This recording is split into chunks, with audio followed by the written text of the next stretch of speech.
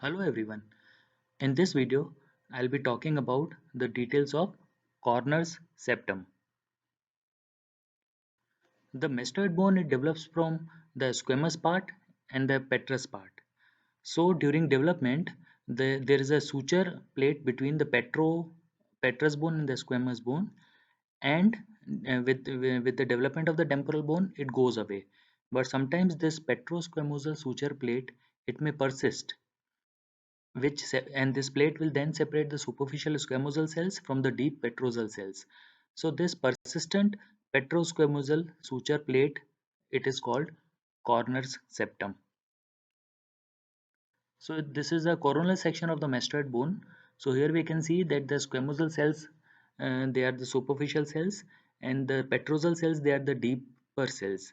And between these two cells, there is a persistent bony plate, which is depicted here as corner septum. Now, one point to be noted here is that we can see the mastoid antrum. Mastoid antrum, it is the largest mastoid hair cell.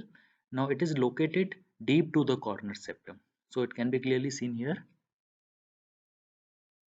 The surgical importance of corner septum is that it may be difficult to locate the antrum and the deeper hair cells if corner septum is present. So, if we want to open the mastoid antrum, for example, in any mastoid surgery, then we cannot reach the antrum unless the corner septum is also removed.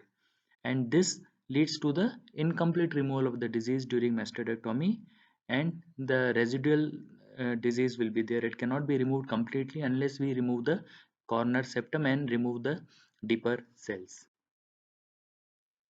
This is again the another view. It's a surgical view actually, in which the superficial squamosal cells have been removed, and what we encounter is the corner septum.